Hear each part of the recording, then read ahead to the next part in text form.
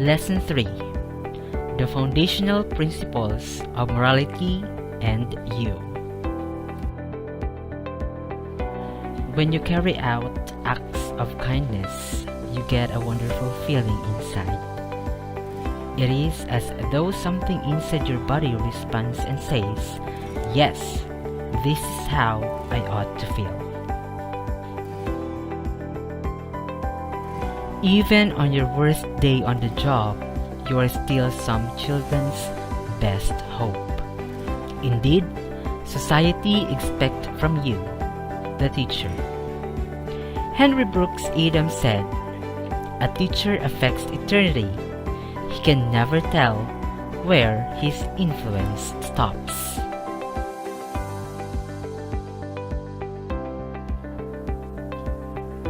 What is morality? Morality refers to the quality of human acts by which we call them right or wrong, good or evil. According to Panizo 1964, your human action is right when it conforms with a norm, rule, or law of morality. Otherwise, it is said to be wrong. Example: when Juan gets the pencil of Pedro without the latter's permission. A man's action, habit, or character is good when it is not lacking of what is natural to man, when it is in accordance with man's nature. It is not natural for man to behave like a beast, because he is not a beast. He is man, and unlike the beast, he has intellect and free will.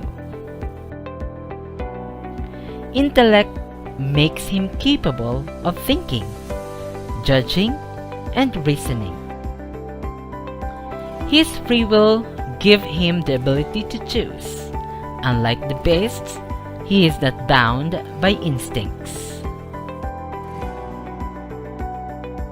It is a natural occurrence for beasts when a male dog meets a female dog on the street and mate there and then, as they are not free but bound by their instinct, like sexual instinct. But it is contrary to man's nature when a man and a woman do as the dogs do. To do so is to go down to the level of the beast. Now, let's go to the meaning of foundational moral principle. Now, what is meant by foundational moral principle? Principle comes from the Latin word princips, which means a beginning or a source. A principle is that on which something is based, founded, originated, and initiated. If we speak of light, the principle is the sun, because the sun is the body from which the light of the world originated.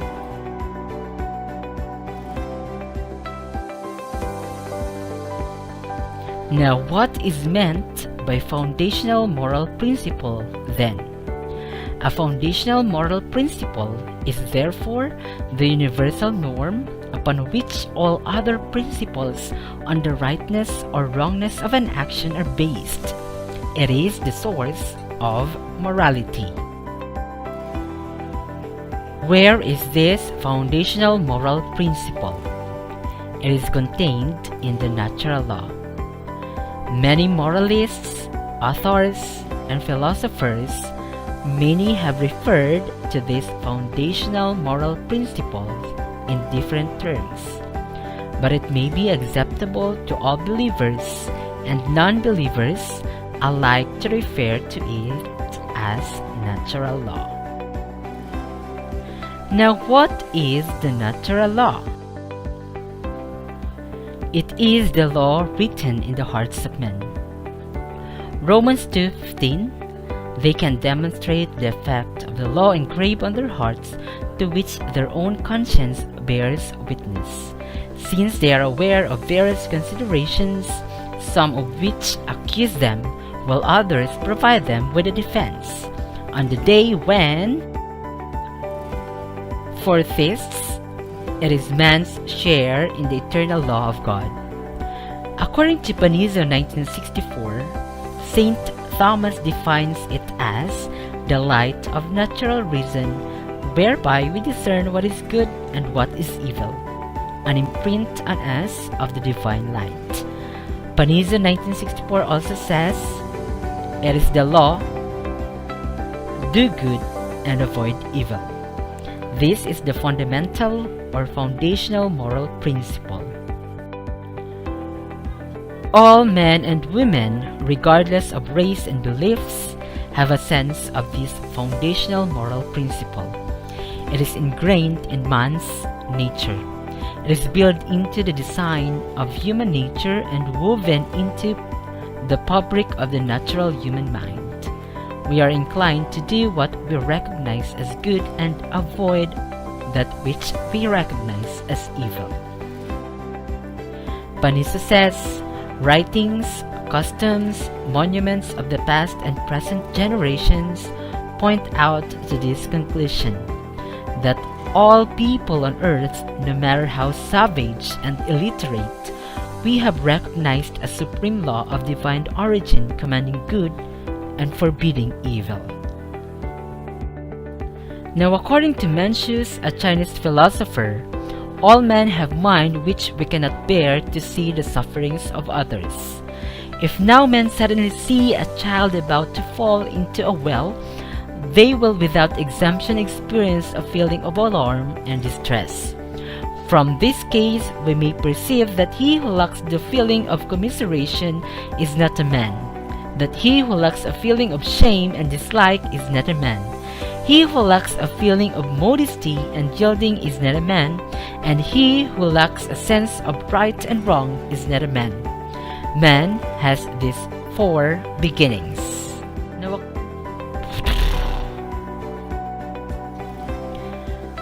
for Christians, this golden rule is made more explicit through the Ten Commandments and the Eight Beatitudes. These are summed up into two great commandments.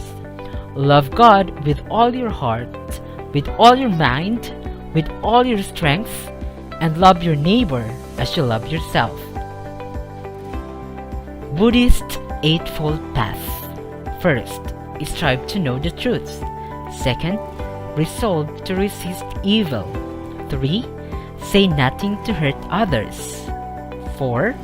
Respect life, morality, and property. 5. Engage in a job that does not injure others. 6. Strive to free their mind of evil. 7. Control their feelings and thoughts. And 8. Practice proper forms of concentration.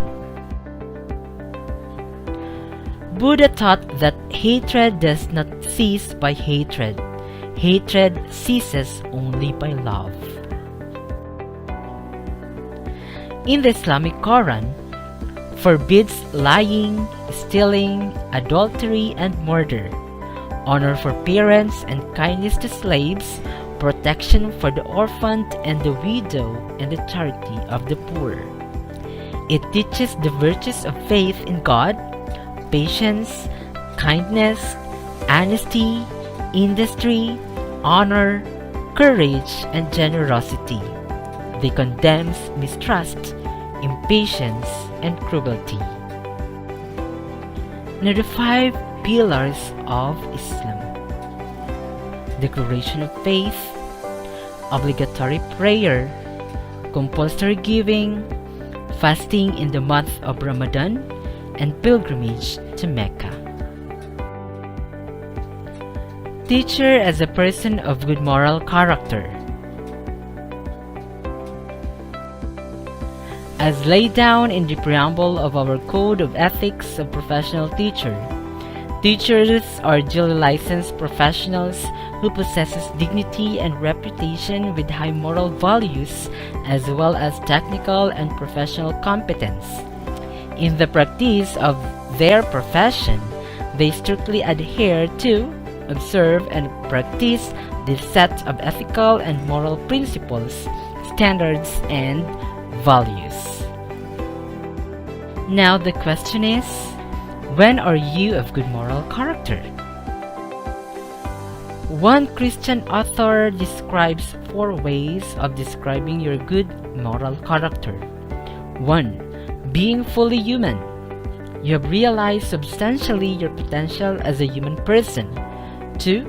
Being a loving person. You are caring in an unselfish and mature manner with yourself and people and God. 3. Being virtuous person. You have acquired good habits and attitudes, and you practice them consistently in your daily life. 4.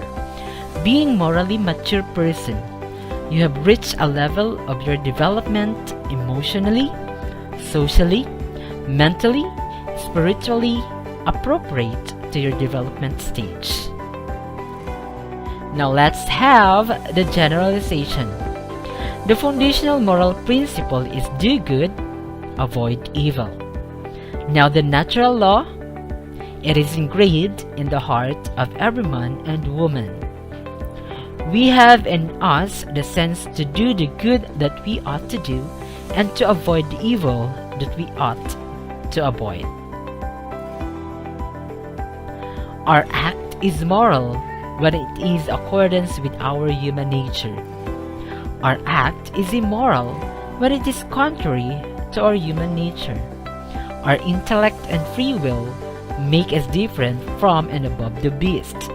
As a teacher, you are expected to be a person of good moral character. You are a person of good moral character when you are human, loving, virtuous, and mature. That's it for today, and thank you for listening. And if you are not yet subscribed to my YouTube channel, kindly click the subscribe button and hit the notification bell for more updates like this. Goodbye!